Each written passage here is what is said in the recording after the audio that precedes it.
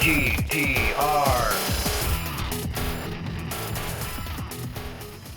Hey everybody, I'm Dan Sindel, and welcome to Session 2 of learning how to play Prelude from Bach's Cello Suite.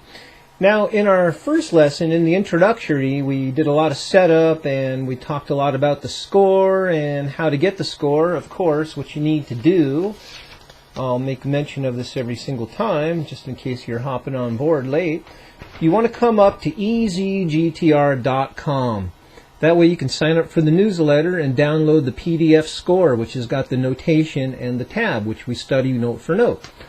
Very simple, very easy. Don't worry, we won't spam you. It's only there to alert you once in a while what's going on in our world.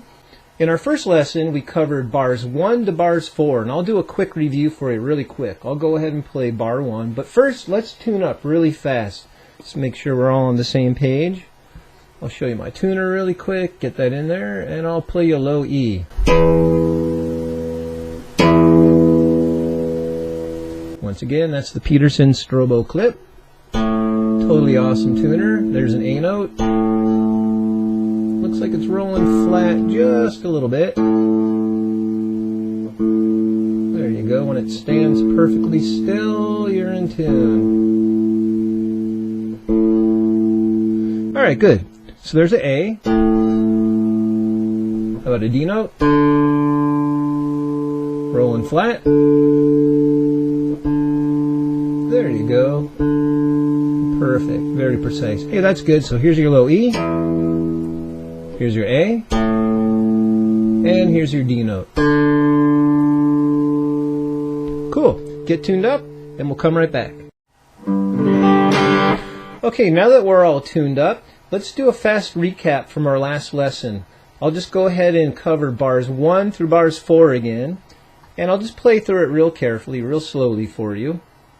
Here's bar 1.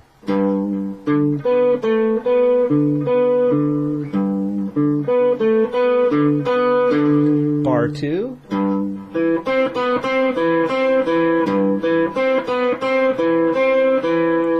Bar 3.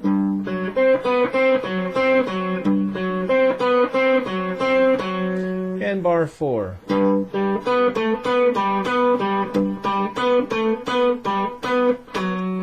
Now that's where we left off, on that F sharp note. So let's go to bar 5 and let's move forward. Now, once again, I hope you printed out the score and you're looking along with us. And once again, just as a brief reminder, the tab is there. We're focusing more on the notes. I really want to help you guys improve your musicianship, learn how to read notes and not be so dependent on tab. If you really want to communicate with a lot of different musicians other than just guitar players, I think it's a good idea to learn how to read notes, or at least improve upon it. Can never hurt. Anyhow, let's move forward. That's just my little speech. But bar 5, let's look at the notes. We've got a low G, then we go to a E, then we go to a B, and we go to an A. That's our first grouping, once again, of our 16th notes. It's a very metered piece, all in 16th notes for the most part. So here we go. We got a low G to E, B to A.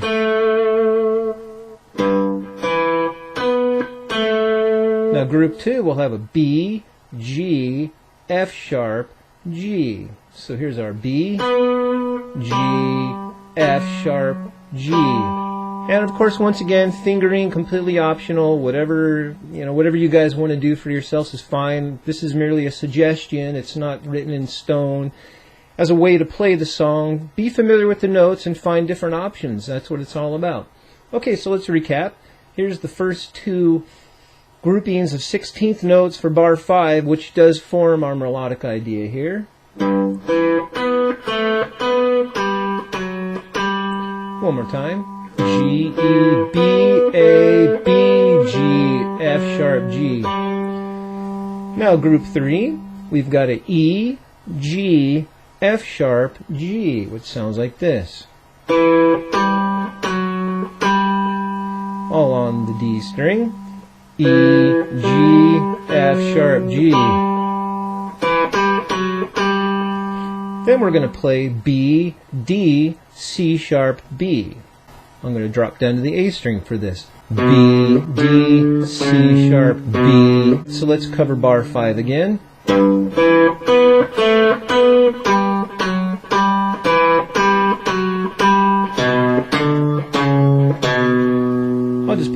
time for you.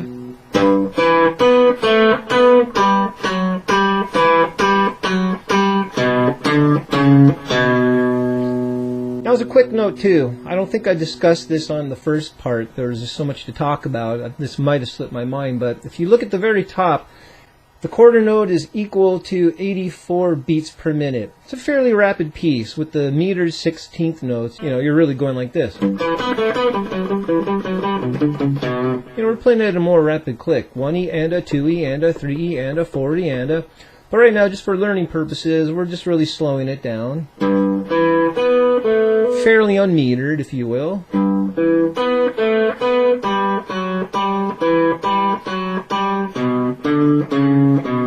That's just where practice comes in. You get familiar with it, your muscle memory, you develop a sense of the melody and the idea. You just start owning the piece. Let's move on to bar 6. Now, we start out with a C sharp, we move up to a G, then an A, then a G. That's our first idea. C sharp, G, A, G. Sounds like this.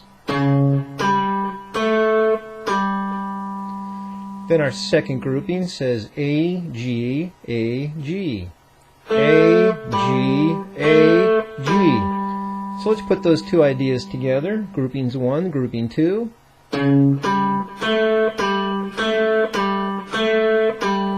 Then if you look carefully, once again, that idea actually just repeats itself. C sharp, G, A, G, A, G, A, G. So measure 6 will sound like this. Repeat.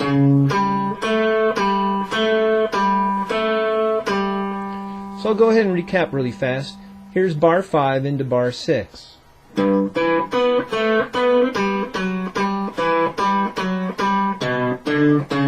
Bar 6.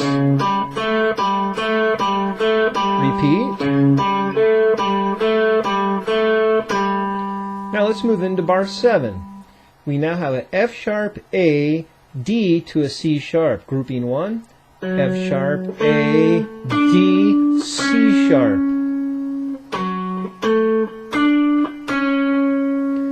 Then grouping 2 will have a D, A, G, A. D, A, G, A. I'll put those two together for you. Bar 7.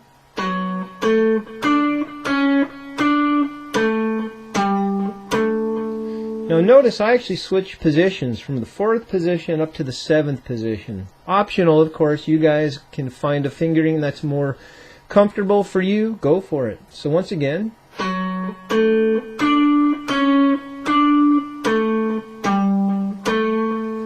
So that was groupings 1 and groupings 2. Okay, now let's move to groupings 3 and groupings 4. Grouping 3 starts on F sharp, then A, then G, then A. F sharp, A, G, A. Now I'm still here in the 7th position. Now grouping 4, we have D, F sharp, E to D.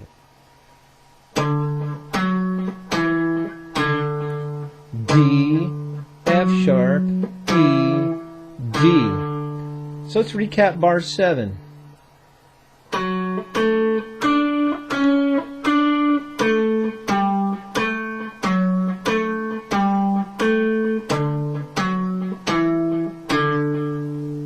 I'll play it one more time.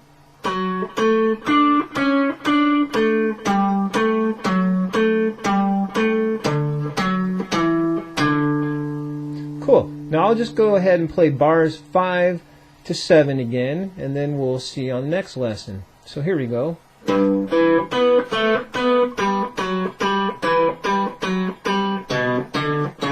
Bar 6.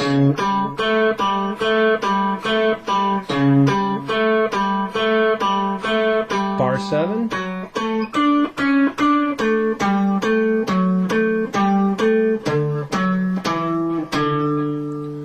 There you go. That wasn't so bad. If you take it slowly, just note for note, group for group, these 16th notes, it becomes a little bit more easier to grasp. And you start getting a sense of how the song and the composition starts to flow.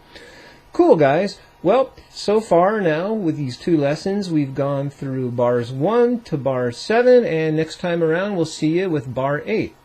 All right, see you next time.